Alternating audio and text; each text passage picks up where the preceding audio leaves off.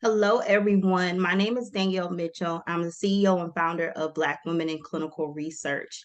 Tonight, we are going to be discussing lawyers in clinical research. And before we get started, I want to introduce our sponsor, Viva. So please let me know if you can hear this.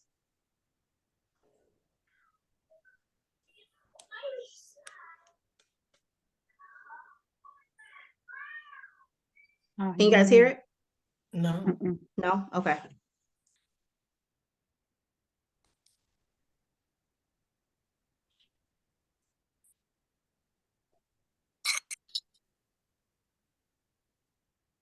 Thank you, everyone, for allowing me to take a moment of your time. My name is Bree Burks, and I am part of the Site Solutions team here at Viva. We are partnering with Black women in clinical research and my friend Danielle Mitchell in two ways. First, we're partnering to provide awesome career opportunities. Look out for upcoming lunch and learns, or visit careers.viva.com to learn more. And second, to make you aware of a free application available to sites.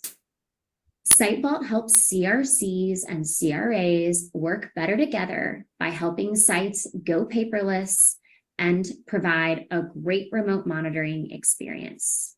It's great for sites because it can be used across all studies and it's 100% free. There are no strings attached. And Viva provides validation and support from a dedicated team of former clinical research professionals. It's great for CRAs because it provides a seamless experience for remote monitoring with a single login across all sites. SiteVault is connecting more than 5,000 sites on the same platform used today by more than 400 industry sponsors. Tell your sites to learn more and to sign up at sites.viva.com.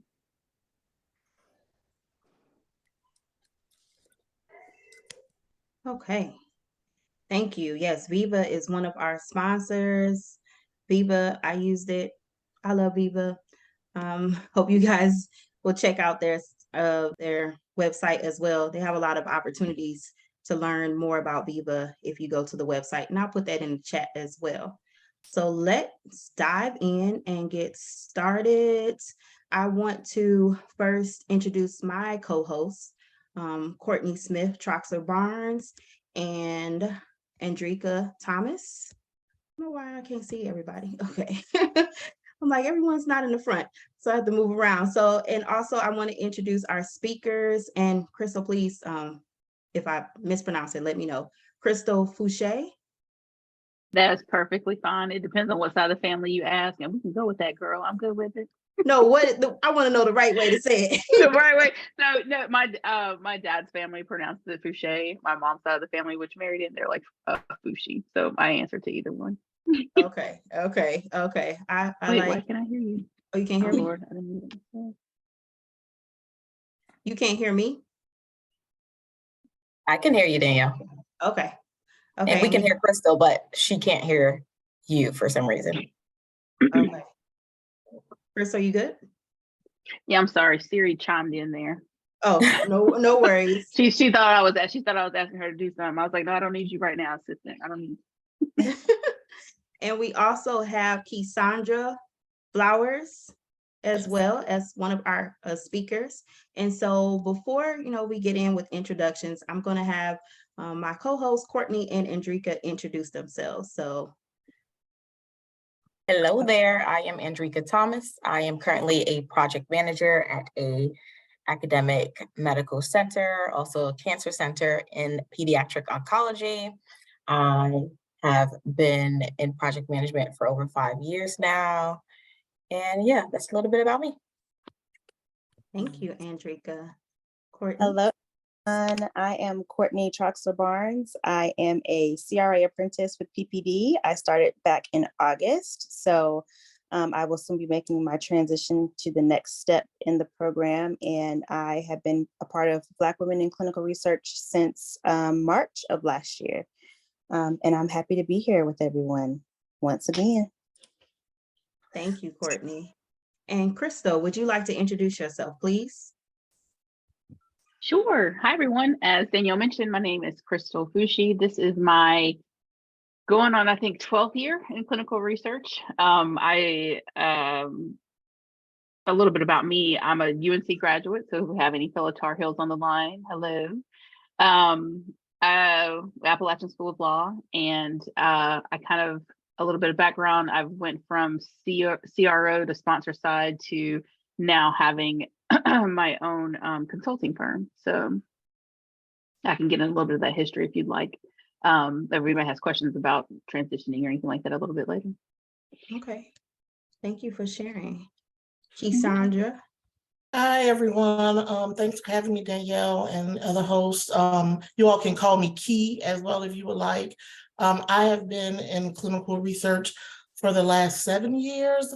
I started out in the CRO world, and then I went into in-house counsel with a healthcare research organization. And now I'm working as a legal contract manager at a CRO on their commercial operations side. I got my law degree from Southern University Law School in Baton Rouge, Louisiana, and I'm a licensed attorney in the state of Illinois. Okay. Thank you, Key. I'll call you Key. Hey, girl, hey.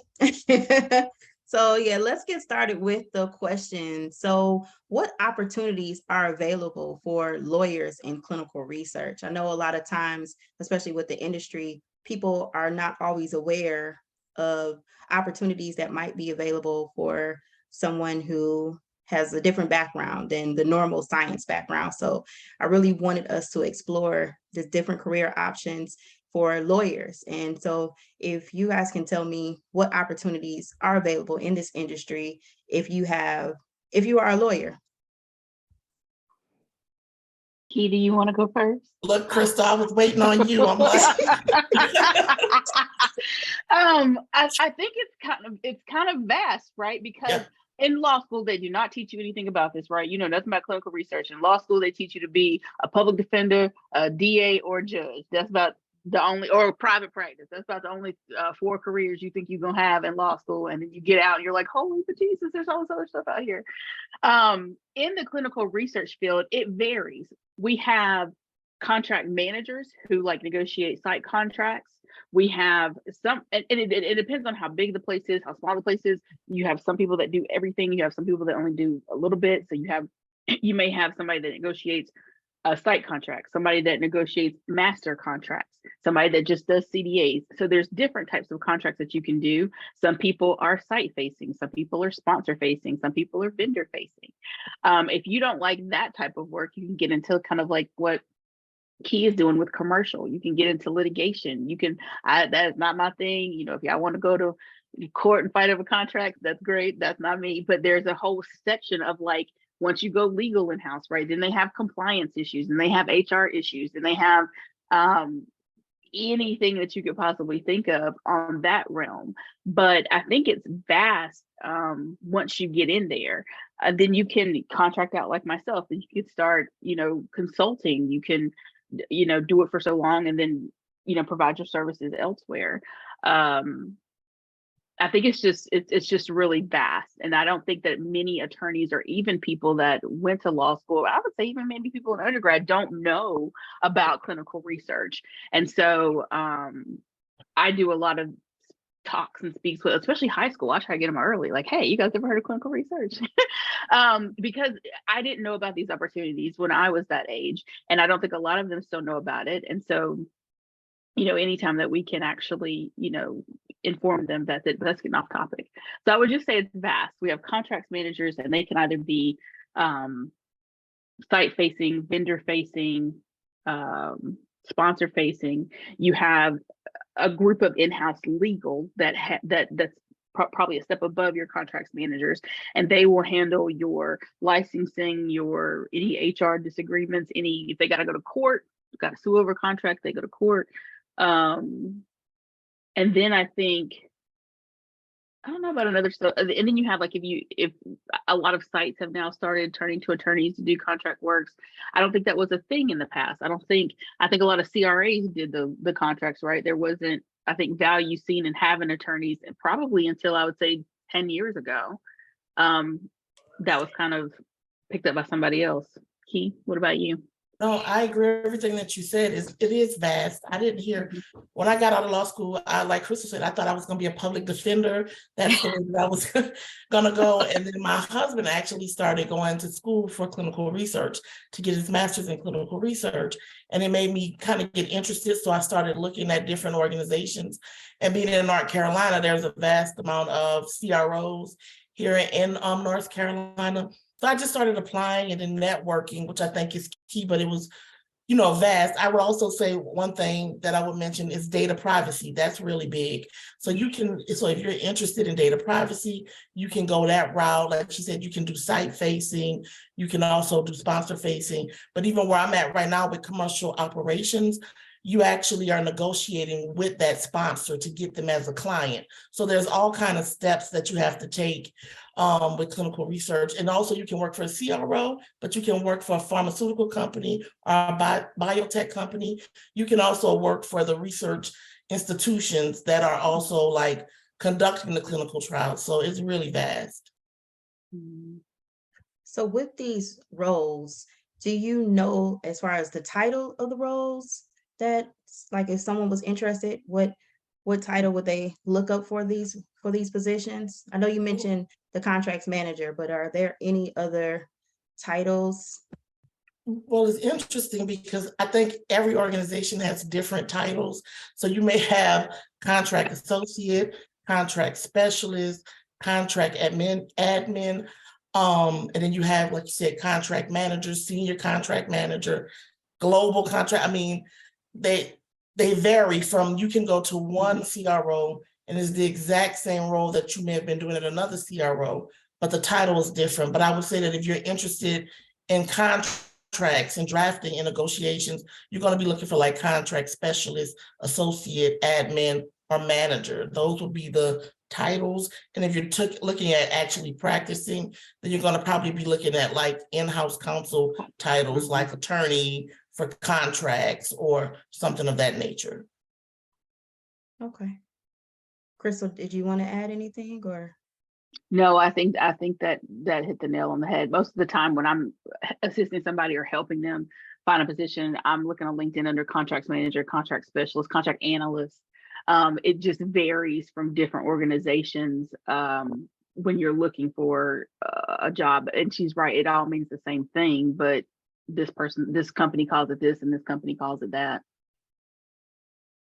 So yeah, I'd like to add that look out for licensing associates as well, or just lead general counsel or general counsel. I work with lawyers literally all day on agreements at the site level, so master agreements, your MTAs, your LOUs, which is letter of understanding, your data transfer agreement or data use agreements, sponsored research agreements on all types. I work with them all day. Yes.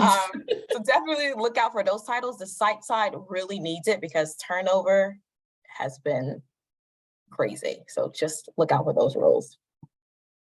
So what experience is necessary to land the role? Do you need for a lot of these positions, do you need to be a lawyer, or can you have additional experience, in the legal, I would say, field? If you want to practice, if you want to basically represent the company and represent them like legally, meaning you're going to advise, you're Yes. going to maybe go to court, then yes, you have to be a licensed attorney. If you're going to be a contracts manager, some of them, I've not seen one, well, yes, I've seen some that do require the degree and some that say, we would like for you to have the degree. It's preferred for you to have the degree. And I've worked across different ones, right? I've worked in management position, contract managers where everybody was an attorney. And I worked where maybe half were attorneys and half were not, depending on experience. So I would say it varies on the job title.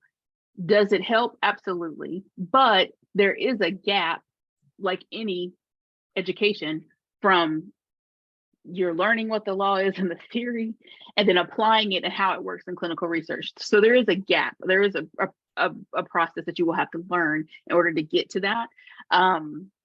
But I think that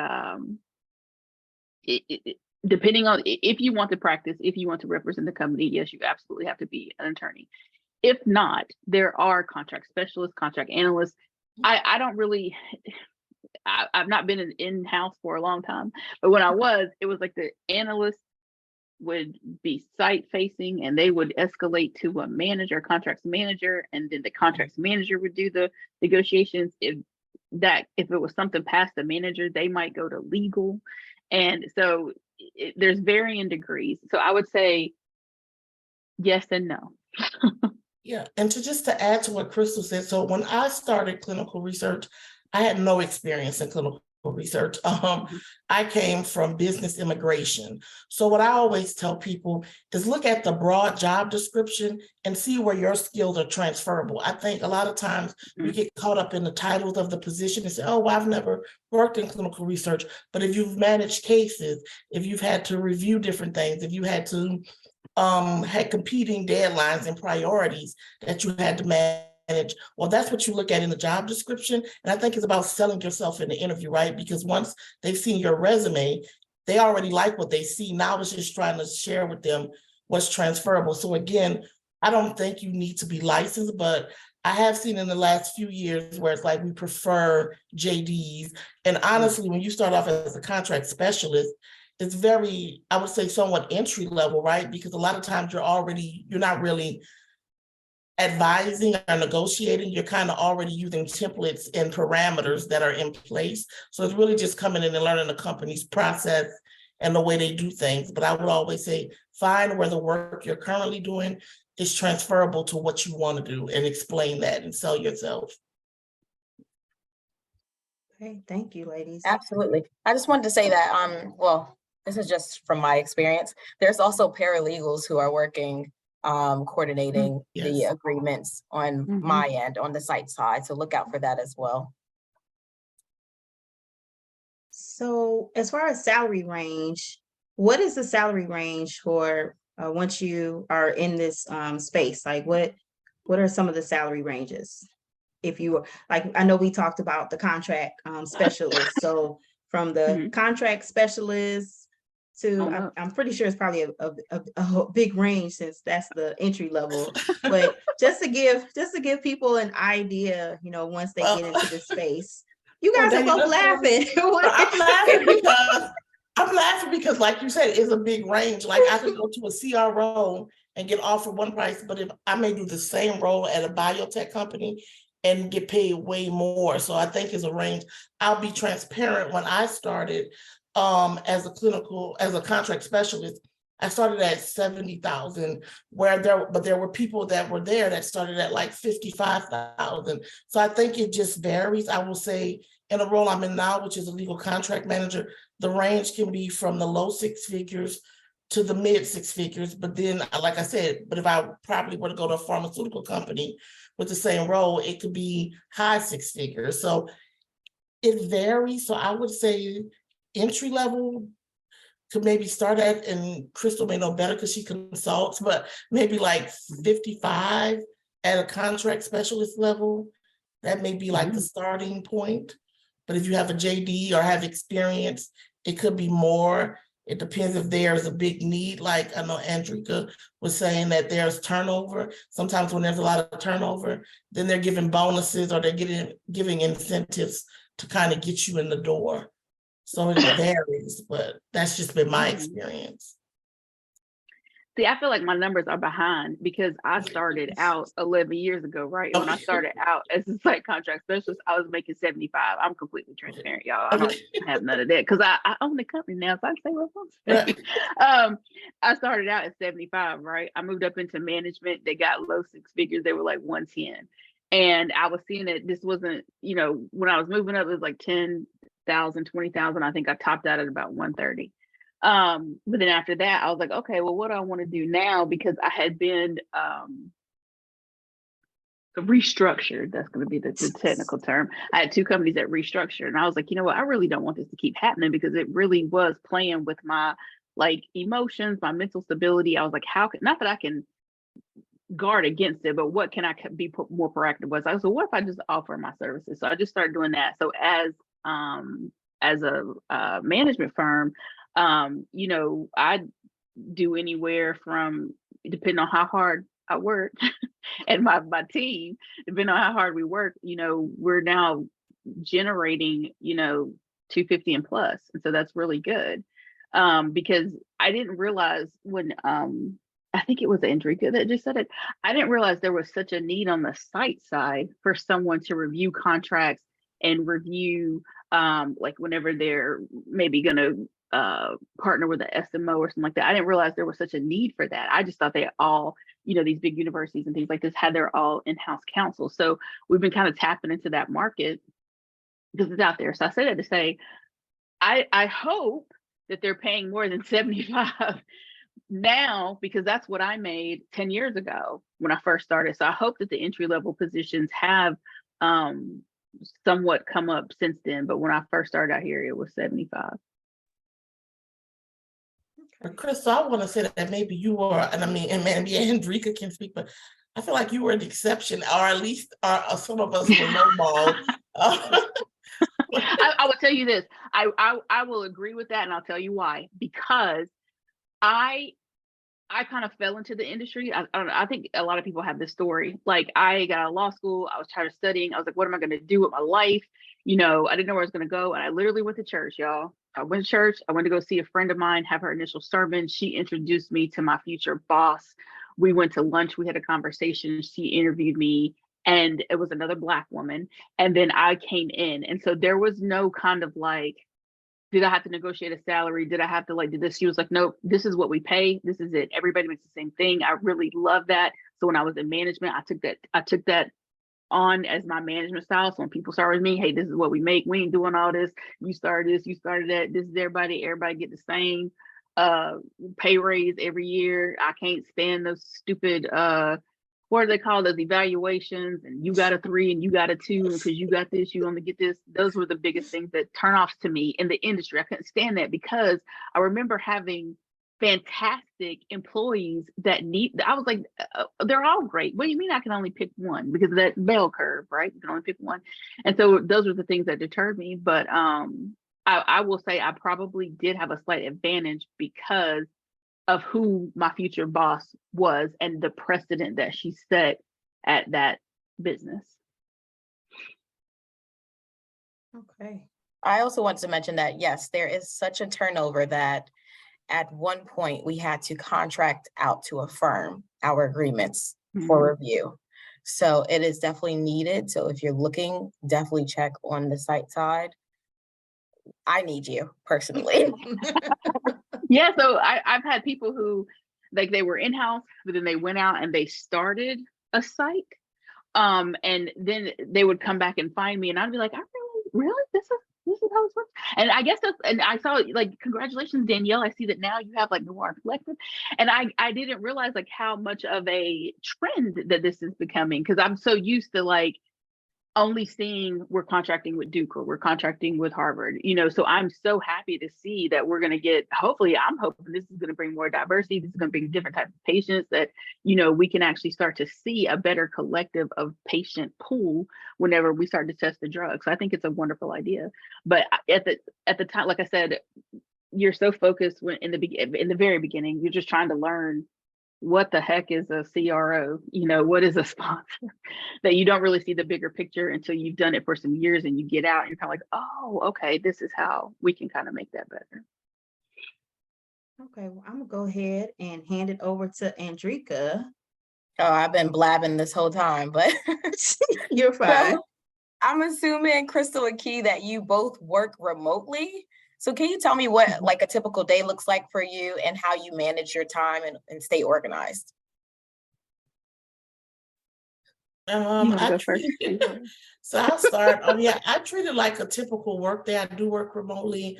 So what I try to do, one, is first communicate with my husband, because sometimes he thinks because I'm home, I can just hang out and talk. So I'm like, you know, I have this schedule, I have these meetings. So I usually, once I get up in the morning, get dressed, my normal routine, I come into my office space. And the first thing I do is I check my emails and I check my calendar. I want to check my calendar, make sure nothing was added the night before, because again, you're dealing with people in all different countries. So I want to make sure nothing was added. Then I check my emails to see if there's anything that came in that may have been urgent or that we've been waiting for. And then once I've done that, if there's nothing that's urgent, then I kind of go through my to-do list, things that I may not have been able to accomplish or complete the day before. And I just begin to work through those assignments. I also check in like with my team just to kind of find out what the priorities are, what deadlines are, what's urgent, just to make sure, because in clinical research, everything is needed now. And so you have to be clear on what now means, if there's any kind of penalty that, the company will incur because of something late. So that's generally what I try to do. I just try to make sure that I set goals and timelines for things, and just always just make sure that I'm prioritizing. Thank you. What about you, Crystal? I'm doing things a little different in 2023 and prioritizing myself a little bit more, because I have a tendency to overexert and work 12 and 14-hour days. So now I start my day at 7 o'clock. I get up, I ride my Peloton for at least 30 minutes before I even start the day. And that just helps me to kind of clear my mind, focus, and reset. I come in, I got these little, if Oprah says it, then that's what it does. It's like this little box of cards, right? And I put a new one up every day to set an intention. Okay, this is what we're gonna go for today. I try to write out a to-do list before I start anything to make sure that I get it done. Because for me, not only do I have to think about contracts and what's urgent and what's that, I also have a business to run. So does payroll need to be ran today? Is the taxes paid? Things like that. So I have to kind of juggle between, am I working on the business this part of the morning, or actually working on looking at some contracts, or assisting someone, or mentoring someone? What am I actually doing that day? And so it helps me in the morning to kind of stop and set that intention. I usually do have long days. They usually run from about 7 in the morning. And once I 30 minutes, and I shower and get ready, and I come into my office at about 8. I usually go to about 6:37 at night, and that's most days. I usually have Friday afternoons to myself. I specifically try to take that time to let me kind of just digest, because I probably already worked 55, 60 hours. I'm ready just to kind of breathe a little bit. So Friday afternoons, I do try to knock off around 3 o'clock, just so I have that afternoon to myself. But I'm really trying to do better at not overexerting myself, not committing, saying no when my plate is full, and just really having those set hours during the day, and then mapping out. I don't know, Key, what you use, but I use I'm old school. I know people probably got planners and stuff. I don't know if you guys can see this. So it's a little, probably because I got that thing on the back, but it's actually like a planner that you write out what you're going to do for the day. And so I use that. I'm old school. I know people probably got digital and everything like that. Yeah, because I was just going to ask. Me. I was just going to ask if either one of you use an e-contract system where you're keeping track of the contract, where it is. Is it an external review, internal review? Is it ready to be executed? I imagine Key might, because she's in-house, but honestly, I hadn't really worked with one that I thought was just super amazing that I would actually invest my money in. They're okay, but for the price, I'm like, you can actually do this with a tracker. I don't know, I haven't come across, and I've worked on about 4 of them, and I've helped a client to actually develop one, but I haven't found one that I thought I should invest in, which means a contract management system. I know what you're talking about, though. Yeah. So the company I work for, of course, they have a contract management system, but I'm old school too, so I still write stuff on paper, and I also create my own OneNote. I have a OneNote, and I track everything that I'm working on, where is that, where and when, because I just feel like going back and forth sometimes in the systems can become burdensome. So I just like to be able to open something and be able to see exactly what I've done and where it's at, so I can follow up. I do. So I do kind of do that, but a little bit different. So I have a Remarkable. I don't know if anybody, I'm not trying to they don't pay me for this, but it's actually all it is just like a digital notepad. Okay. And that's because I can keep all my notes together and I can search them. So instead of me having multiple books or sticky notes or anything, everything is in here, and I can search it and I can turn it into an email and send it to somebody. So I do have that part that is digital, where I keep and track all my notes. Okay. Thank you for your insight on that. It's really helpful to me to understand what it's like on you all saw it, because for me, I'm just like, hey, what's the status update on this contract? And I know it's like, girl, if you don't leave me alone, I'm working on multiple contracts. As Q said, everybody wants their thing done right now. Right And away. so I know I have a better understanding. So I know earlier we spoke a little bit about degrees and what you may need. Aside from a JD, and you said you may not always need a JD, but it's probably preferred. What other classes or courses do you think someone can take to sort of bolster their chances of landing a role? Key, I'll go with you first. I know. I keep looking at Crystal like, Crystal, why you put your head down? But because I'm working on a project that hopefully is going to help with that. Go ahead. Okay. That's a good question. I mean, honestly, I'll say it varies again, and I know that's not the best answer, but I do feel like it just depends on what area you want to go. And I always think that it's good to do like some type of management courses, or just learning how to interact and deal with individuals that are different, right? Because again, in clinical research, you are usually dealing globally, and you're usually dealing with clients from all over the world. So I think that has helped me, like taking like just management courses.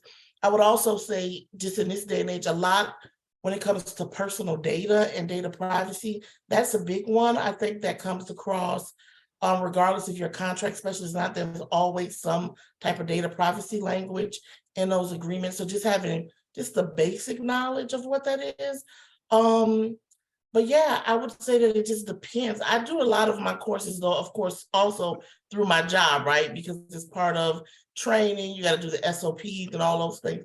But I do try to go in and find things that I'm interested in, because if I want to grow my career and learn more, I think is good just to kind of review. So I will say it depends, but I don't think that there's a course, and maybe Crystal, like she said, she's developing something that necessarily stands out. Again, I have a friend, a very close friend.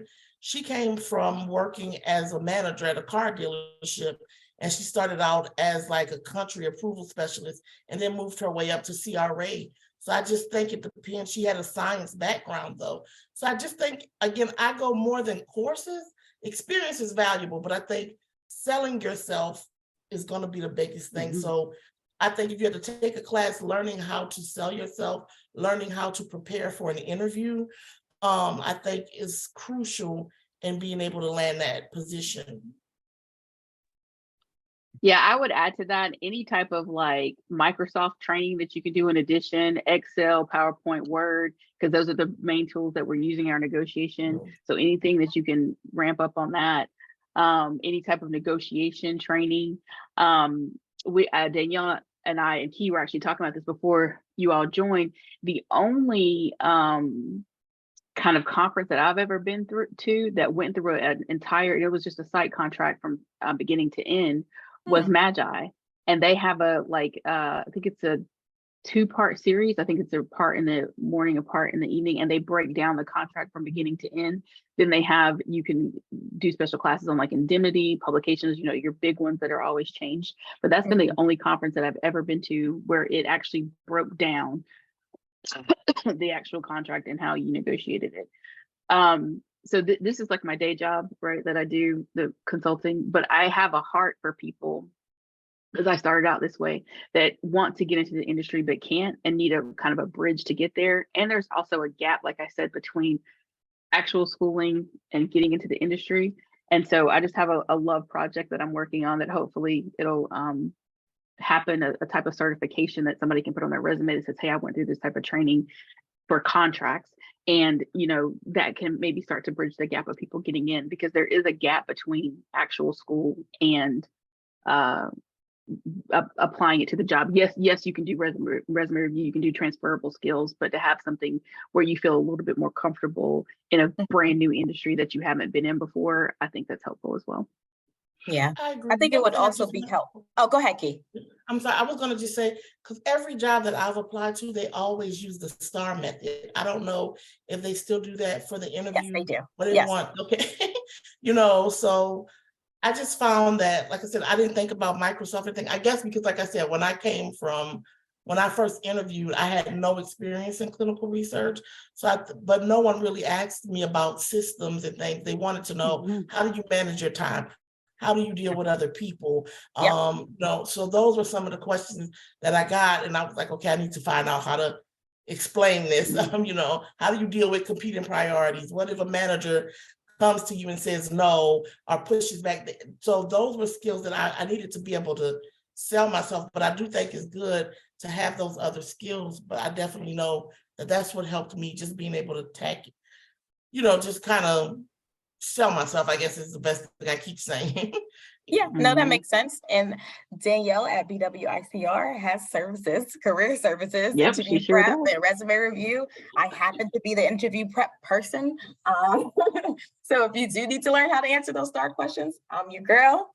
But I wanted to say, in terms of classes, I wish there was a class for the non-legal people. So the people who are working to help negotiate those contracts.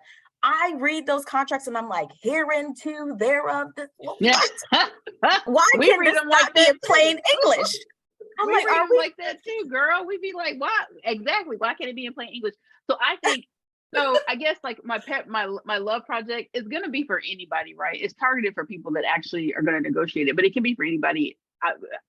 Targeted more for newer people, right? For people that have been doing it for 10, 15 years, it might not mean nothing to them. But for newer people, or people just want to generally know more about the contracting process, I think that it needs to be done, because like you said, there are so many in this industry, there are so many people who are not in contracts looking at the contract, and they need help, right? Like they just do. Like you trying to get your job done, that's it. And so there's just this gap in our industry that we need to put something in place to fill that gap. Even if it's just going to be the basics, right? It's not going to be law school, right? It's just going to be basics about how to get through this, some fallback language, some points that you could take away with you, so that if you do encounter that, you feel a little bit more empowered to take care of that on your own. Yeah. For example, and Crystal Cross, God bless you, girl. I see you studying for the LSAT. Bless you, honey. In terms of language, for example, we had a site reach out today and asked us to add the Noonie language. And we were like, Noonie who? Noonie, N-U-N-I, which is necessarily uses and necessarily incorporates. We were like, why you ain't just say that? So that's what I'm dealing with over here. But it's fun and it's interesting, and I'm learning a lot. I'm going to pass it over to my girl, Courtney.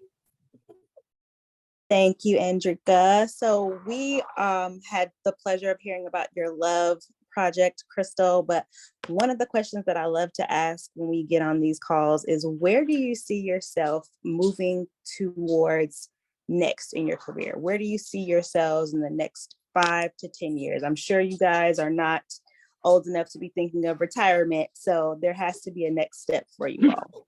I really want to move from negotiations into training, because I really think this type of certification, this type of training is needed. So I see myself in the next 5 years moving not out of it, because I do love negotiating, I do love talking, but to more educational focused on getting people better trained and better equipped to handle the types of negotiations that come in. And for me, I would like to probably in the next few years have my own law firm, and working in my law firm, and then working with the companies, kind of like you said, the smaller companies that don't have attorneys, and they're relying on SMOs and they're being charged those fees. In addition to that, I mean, I still have a passion, and maybe that's just me, of wanting to be a public defender. So I have to get just a little taste of that, just a little bit, but for the most part, I plan to open a firm and then kind of focus on clinical research and public health initiatives and health policy, because outside of this work, I'm very much involved in my community and very much involved in government. So those are kind of like my passion projects. Oh, that is so beautiful. Like I really love hearing that. And I'm sending all the positive love and light to get those things off and running for you all. So with all of that being said, and with the wonderful suggestion of using the Black Women in Clinical Research services that you have available, what other words of wisdom would you have for someone like Crystal, who is stepping into taking her LSAT, or someone who is maybe a paralegal coming into trying to find their path of if they want to go to law school or if they just want to stick with being a paralegal? I will shout out Black Women in Clinical Research. I've done the resume review and the career coaching, so it's very legit. So if you are having issues or you want somebody to review your resume or you want to take that next step, by all means, definitely sign up. I've done both of those. For Crystal, I would have more probably of a one-off conversation with her to make sure, why are you going to law school? Because I don't know about your experience, Key, but a lot of times, what is your goal? Is your goal to practice? Is your goal to actually practice law? Or is it prestige? I would get more behind that. But for anyone wanting to get into the contracting realm of clinical research, my advice would be, one, like he said, you got to look for those transferable skills. Flexibility, you got to be flexible. You're going to get stuff thrown at you every single day that's going to be different from day one to the next one. I would say you would also need to, any type of negotiation experience that you've ever had is always transferable. So I think she's really, that was really sound advice that she gave about the transferable skills, because I didn't come in with experience, but I was a child support agent in another life. And so I negotiated for 5 years, trying to keep people out of jail. So I had a transferable skill that was a negotiation tactic that helped me to get in there. So I do think that is a big thing. But I would just say be flexible, and as cliche as it sounds, a positive attitude. Like if you self-defeated if you're already thinking I'm not gonna get it or I'm not gonna get there. But if you're like, you know what, I can't do this, it may take me a little bit longer, I may have to climb uphill a little bit, but it will happen. I think a positive attitude will really carry you through, because there will be some hard days in there. Yeah, so well, the first thing I would say is, which I'm going to take my own advice, because I met Danielle at PPD and she just was amazing, but I had not joined Black Women in Clinical Research. So I will be doing that today. So I would say that if you all haven't, I would say join that, because I've just seen the work that she did just from the outside looking in with us both at PPD. And I would say take each moment, each interview as an opportunity. So don't look at it as self-defeat if you don't get the job. Take those skills. I know sometimes I've gone to interviews, I'm like, ooh, I just bombed it. But then I took some of the critique or some of the questions that I got and I used it for my next interview, and it built me up. I would also say network. I know a lot of times we can't afford these conferences because they may be a little expensive. So look at non-traditional ways of networking. Get involved in your local organizations, your nonprofits. You would be surprised of the people that sit on those boards and that volunteer. They have all this different experience. So just network. I would say if there's an organization that you're interested in, and you have a LinkedIn page, right? Go ahead and follow them, see what they have going on. Maybe they have webinars, maybe they have things like that. And like Crystal said, just keeping a positive attitude. I'm not a consultant, but if you all need advice or want to talk about my experiences, please just reach out to me on LinkedIn, because I always feel like it was somebody that lended a hand out to me. So I just want to always pay it forward. So if you have questions, please feel free to reach out to me. Yeah, and I see Andrika dropped in ACRP and SOCRA. So I'm a member of ACRP as well. There within the ACRP, there's all these, like if you're in the Raleigh-Durham area, there's a meetup like next Tuesday for networking at, I think it's called High Brew. It's I don't go out anymore because I'm an old married lady. High Brew, High something. If you need it, let me know. But there are plenty of like little networking, like clinical contract networkings that I'm aware of in this area, and I'm more than happy to share those if you guys want to get out and network in the community.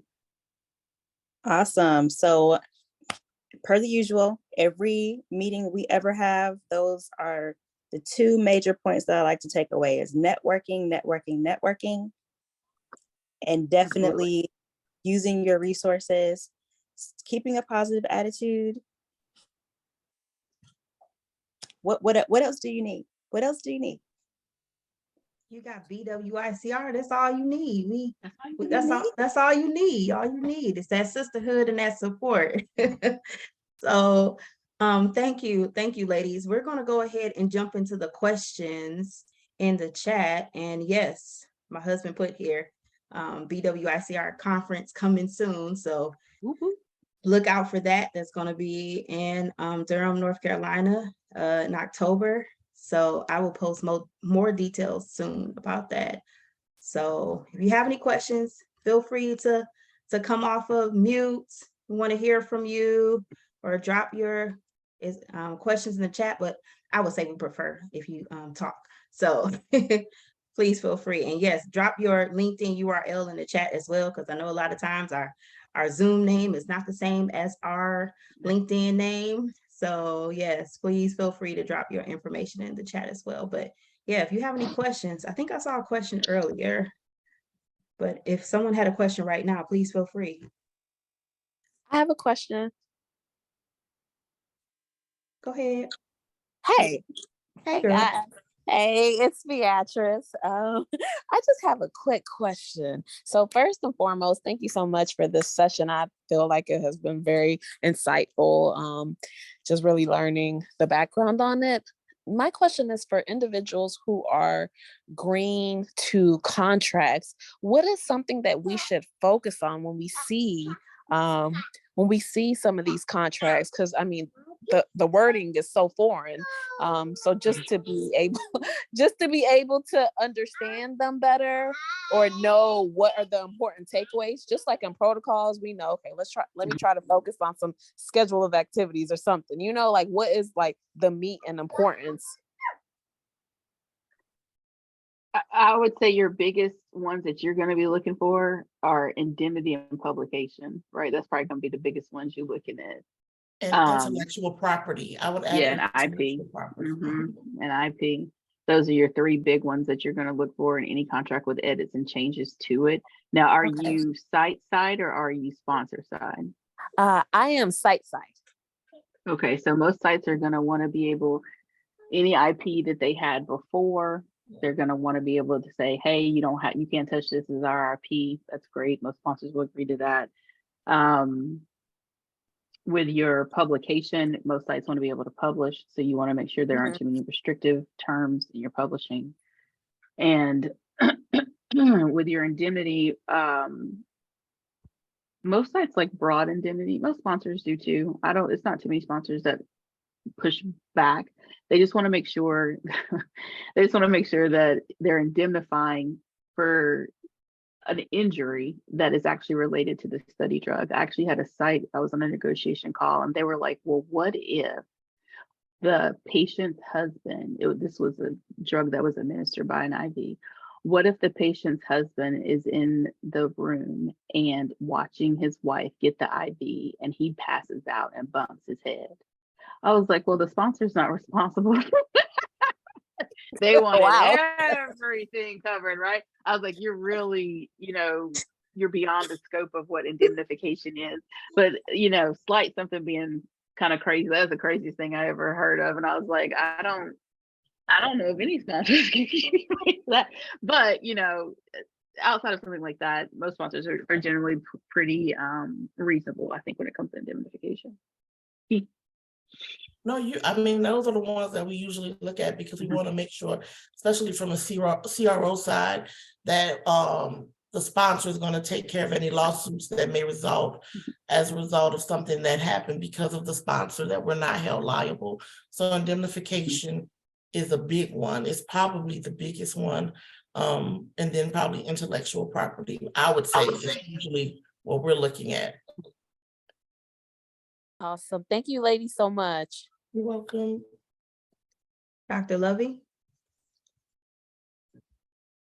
Hey, how y'all doing? Thank you so much for the information. I had a question from the site side as far as like contracts. I know one of you all said you consult to like the smaller sites. So just wondering, like, do you all suggest that we send over because I don't have this, like I need this for my site.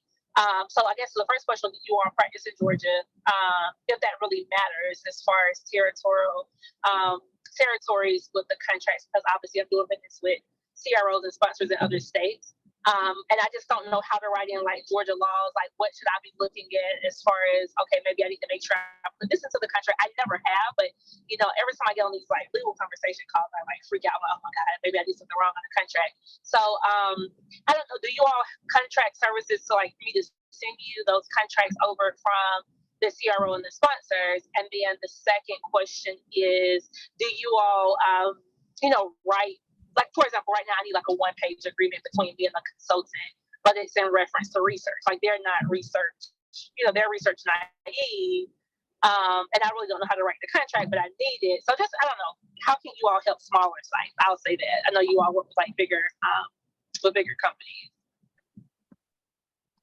I'm gonna let Crystal take that one. Girl, this is your sign that you need to open up your own law firm and start doing this, girl. This is your sign. No, you don't have to be licensed to practice in Georgia. I review contracts from all over the United States. As far as like when we're working with a site, I would say generally 75% of the contracts from a CRO or a sponsor are generally okay, right? There's nothing that is going to be very harmful in there. Some of them, there are some that are just really written for the sponsor and it doesn't give the sites a lot of properties, but that's not the majority of them. So I would say, you know, probably 70% of the time you're fine. You can send them over. What happens is when you, like, if you were working with my consultant firm, we would, you know, try to expand your publishing rights. Like, we would try to give you more time or lessen the time, you know, that the sponsor has if they, in the study, you know, some people say we can't do publishing until 24 months. We tried to ask, okay, can we get 18? Can we get 12? There are some negotiable terms within the contract. You know, maybe we might need to extend your indemnity or do things different. It all depends on the contract, right? I don't know where it's from, but there are things that we can help with. I do have some small sites that I work with reviewing their contracts, their CDAs, whatever it is they want me to do. I do not do a lot of drafting, so I don't do a lot of drafting specialty contracts or anything like that. I can assist, and I do have a contact that I can use to get that done if that's what you really want. But most of the time, there are enough templates in this world that we can get it done. Yeah, and I agree. And so when I was working in-house counsel, it was a health research organization that had initially been an SMO, which was a site management organization. So they worked a lot with the smaller sites. And similar to what Crystal said, we're just trying to make sure that the site's rights are protected, because, you know, the CRO sponsor larger, they have more of the influence and the power, so it's kind of going to be more favorable for them, but it's never really anything to be too worried about when it comes to like the law and things like that. Governing law is usually going to be somewhere like New York, Delaware. They try not to have it in the state where the site is, but then there are some states, right, that may have required language that has to be in those contracts. But for the most part, they're broad. But as far as consulting, you may want to look into like a consulting agreement if you're going to be doing something like that, or what they call or study level agreement. If it's just one project, then you don't need a master service agreement. You can just have it specific for that study, if that makes sense, or a project addendum. Yeah, we use consulting agreements. I don't know if I would use a one pager. Yeah, right. That's what I'm thinking. I don't know if I'd use that, but we use consulting agreements whenever I'm either going to consult or somebody else is going to consult with me, and we do a whole agreement. Yeah. So Crystal, I saw you had your hand up. Crystal Cross. Yes. Good evening, everyone. And sorry, because someone had said hi, Crystal, in the chat, and I was like, hi, and I didn't know hi, Crystal, so please ignore that. So yeah, I was wondering, I'm so green to this whole, I kind of stumbled into clinical research as well. I have over 10 years with adult protective services, 3 years in management with the state of Texas. And I spent all of last year when I decided to go the legal route in law firms, and I did not like it. So I've been trying to get my foot in the door for some clinical research positions, and I've just everyone I've found is like looking for like 5 to 10 years of experience. And I was just wondering where are the jobs for like the entry level people, or to get your foot in the door, and just kind of trying to navigate through that. And it's a lot and it's super overwhelming. So I appreciate this little webinar tonight. I've learned a lot, and I'm just hoping that I can connect and network and finally start my career. Yeah, I would definitely say contract specialists, contracts analysts are definitely positions that you want to be in. I wish I had met you about a month ago. I probably would have had an entry level position I could refer you to. So I try to keep my contact. If you're looking, like, please let me know. Please reach out to me on LinkedIn. I have recruiters reaching out to me constantly, or my firm trying to see if we'll do this or do that. And sometimes they do need a lot of entry level people to do CDA work. So I don't know if you're seeing that, but evidently there's like a vast request for CDAs, right? And so a lot of entry level positions handle CDAs and amendments. So I am seeing a kind of kick up for that. Past that, I think I saw you were the one who were taking your LSAT. Whew. Law school. I'm studying. Yeah, law school. Yeah. Girl, and do you want to be in clinical research? Is that what you want to do? Yes, that's kind of where I'm leaning towards at this point. Do you want to advise, I guess the question yeah, is, you want to represent the company? Yeah. I'm not quite sure yet. I just know I definitely don't want to like be in a firm, because that's what my experience has been. I've been a paralegal this past year or last year, and law firms is, ugh. And I've done different types like family law and PI, and I was able to get on with a contract agency. So they kind of, they said that'd be great for you to kind of explore different law firms to kind of see. And I'm just like, at each one. I'm grateful for the experience. I mean, I'm doing a lot. I've learned a lot from someone to not have a paralegal certification or degree. I've been very blessed to be in positions where attorneys have kind of taught me how to draft, discovery responses, and just things that come to that nature, and I'm able to do them successfully. But the law firm part of it, I'm like, I can't see myself doing this every single day, after law school, which I will be applying to a part-time evening program. So I will be working during the day during law school. So that's also another craziness. It's a big, that's a whole nother conversation. It's a big commitment, right? It's a big commitment of your time, and it's a big commitment financially. Right. And not saying that you got to know exactly what you want to do, because what I thought I was going to do when I graduated law school, I 360 degrees left. I thought I was going to go be the child support attorney, because that's where I came. I came from a child support background. I had my job lined up. I was going back to be the child support attorney, but thank the Lord, he shifted me another way. So it sounds like it might just be a separate conversation if law school is really right for you, or perhaps now there's this clinical research degree. When I was in school, that was unheard of. They didn't have that. So now there is an associate's degree that you can actually get if you don't want a 4-year degree. I know that Durham Tech here in North Carolina has an associate degree program for I think it's a clinical research.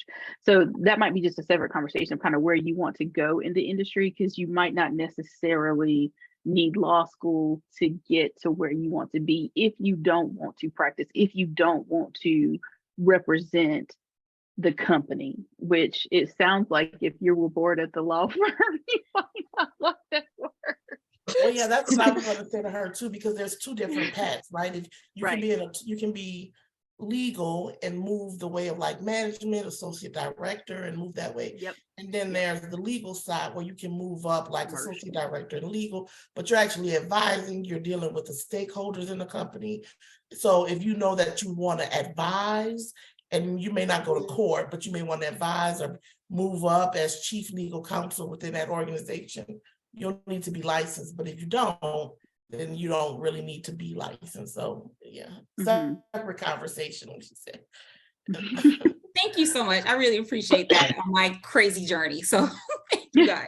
I love your energy though. I feel like whatever you decide you're going to do, you're going to be successful in. So your energy is like very contagious. I think you'll be great in it, but definitely let's have a separate conversation offline and kind of get to the nitty-gritty of where you want to be in your career.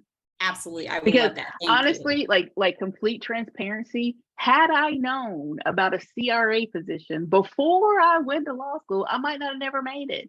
Because and I know I'm probably glamorizing. If there are any CRAs on the call, they're probably like, girl, please, it's nothing to be glamorized. But when I got into clinical research and I was doing contracts and all the CRAs were coming in from, wherever they were traveling here, doing that, I was like, I want to do that. I want to go to the site. I want to have conversations and train. And every single CRA manager was like, girl, please, you got a legal background. Nope, we're not looking for you. And that door was completely cut off. I tried for like a year to be a CRA and they were like, absolutely not. And I'm the opposite of Crystal. Even if I had known about clinical research, I still was going to law school because I knew exactly what I wanted to do. Yeah, I'm definitely like Crystal. When I first decided to leave the state, my goal was to go to law school to eventually go back to be the APS regional attorney. So he's kind of like the current Adult Protective Services regional attorney has kind of been my mentor a little bit. And he's like, get the experience, get legal experience. And I'm like, during this process, I'm like, okay, if I'm like you say, spend the money, do the work, because the LSAT is just beating me up. If I'm going to do the work and invest in all this, I actually want to do something I'm passionate about. And like I said, stumbled into clinical research and I'm just trying to find my footing. So it's been a journey, but I'm still here. Well, thank you, Crystal. And yes, please connect with the speakers after the call. We have one more question. I know we're over time a little bit, but April had her hand up. So I wanted to make sure that April was able to ask her question. And this will be the last question for the night. So please, April. Thank you, Danielle. And by the way, thank you guys for hosting this. This is such important work, and it's good to see so many people involved in this arena. I am actually on the human research protection end, so I'm not quite in clinical research, but I have a question for the host. When it comes to the informed consent process, because on the board, I sit on the Institutional Review Board in Kansas City, Missouri. And one of the issues or challenges that we often face is the consent form having language in it that's more protecting of the site or the sponsor, which is important. But what are your thoughts on competing interests when we are looking at these informed consent documents that should be at a reading, eighth grade or so reading level for the research participants, but then we have all this legal language as it relates to injury language or liability language. And so oftentimes a lot of our corporate attorneys will incorporate clinical trial agreement language in the informed consent. So I would be curious just to hear your thoughts on how to, manage that. And real quick before y'all answer, April, you a part of the clinical research team? Did I joined, I snuck in, but I didn't know if y'all were letting any IRB people in. That's what I'm saying. You're a part of it. The IRB is a part of it, so you're good. There's no clinical research without IRB, so. I honestly think the federal government should just have a standard ICF template and then be done with the whole thing, and that would make life easier. Because what happens is all the language is so different, and as a negotiator sitting either at the CRO or the sponsor level, I get from the site, I would say 80% of the time, this is the language for my IRB and it's non-negotiable. So even if I thought, subject injury language doesn't really need to be here, that's actually something that can be handled in the CTA. And if the sponsor's not signing the CTA, it can be in the LOI. My hands are tied because I've been told this language is non-negotiable, so it has to be in here and it has to be written like this. But I would prefer there just be a standard template because they all read slightly different. They're all not. I try my best to craft them so that they are the same and that we keep getting back to the same language. But if the idea of the ICF is that I am giving this to a patient so that they are informed of the study drug they're going to take, the risks that are associated with the drug, and then if something does happen to them, this is what will happen. There is a lot more legal language in that ICF that I do agree with that will probably protect the site and the sponsor as well. So in my perfect world, there would just be a standard template that everybody would use instead of it all being, it's all different. So how do you even know what is the standard? That's very helpful. I know with the NCI studies, they do have. Thank you, Andrika. Sorry. Letter of indemnity. I'm sorry. I'm saying, so in a contract, let me just give a little kind of point. So when I say LOI, I meant letter of indemnity. So in a contract, it's normally between the sponsor and the site, but sometimes when there's a CRO, the CRO will sign on behalf of the site. A lot of sites don't like that because they feel like there's no direct contractual privity between the sponsor and the site. So the sponsor is not technically being, responsible for their duties, even though they are. So what will happen is we will have a letter of indemnity. So we'll pull the indemnity section out of the contract, put it into a separate agreement, but then the site will say, hey, well, let me add on subject injury, let me add on insurance, let me add on anything that the sponsor might be responsible for, so that I actually have their signature on a piece of paper that says, yes, they will be responsible for this. So that was my referral to the LOI. Teaching moment, sorry. Key, did you want to add anything? Thank you. I think Crystal tackled it. I really think, again, though that language is in there to try to protect and be able to say, you've read it, you understood it, because again, a lot of time a patient is not going to see that contract because that contract is between the site and sponsor. So it is a thing about just protecting themselves from, again, potential lawsuits or anything of that nature. So I think Crystal tackled And it. I'm just curious. See, this is why I want to be a CR. When they go through the ICF, is someone actually like sitting there reading to say, hey, yes, you understand this, you understand it, or do they basically just hand them a piece of paper and saying, you read it? Well, that's a good question. I think the intention is that informed consent is not just a document, and that you have a qualified person that's sitting there and going over the document with them and, ongoing, right, as things change. But from an IRB perspective, we know that this doesn't happen often. The data shows that patients are just kind of agreeing to it. And so we look at that consent form so that patients at a basic level understand what they're signing on to. And oftentimes when we have these huge sections, these huge chunk sections about privacy and protection language for the site or the sponsor, it gets buried. And so I think a lot of IRBs, challenged with, do our patients truly understand, or is informed consent truly being sought? Right, because with the informed consent form, you are going through the consent form with the patient. But like she was saying, a lot of the information, even when I had a draft consents, and hats off to anyone that had to do that. I know you guys were talking about stuff that you just don't like doing. Drafting consents was that for me. I rethought if I wanted to be in clinical research when I was drafting the consents, but it really is the language in there, and I'm someone who has a science background. So just me reading the consent, I'm like, if someone else is reading this, is not, you really don't understand, the information that's in the consent, so I completely agree. The consent, having that template, I wish everybody would do that. That would be great if it was set up that way. So I'm more than happy to help. What'd you say? I said I'm more than happy to help. But yeah, it would be so much more simple. And then I would, some of it, I was like, if I was a lay person, I would be, what do you mean my information might go over here in data privacy and it might go out of the country? And it might, I would have a lot of questions with the way that it was written, just because it's not, if you don't know what's happening, to me, I would have a lot of questions, but that's just me in general. So I was like, there's got to be a better way, and in a better plain English form. No more here too, there unders to to get the point across.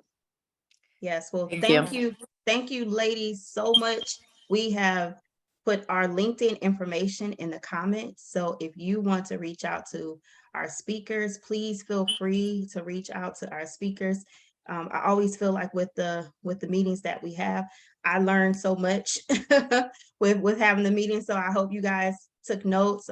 This is also being recorded, so this will be posted later on the YouTube channel.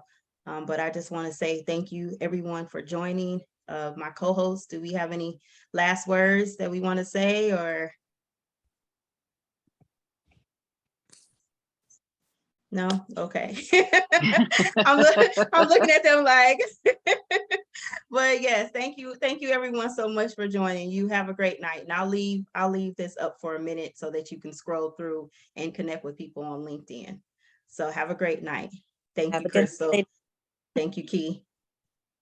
Thank you for having me. This has been awesome.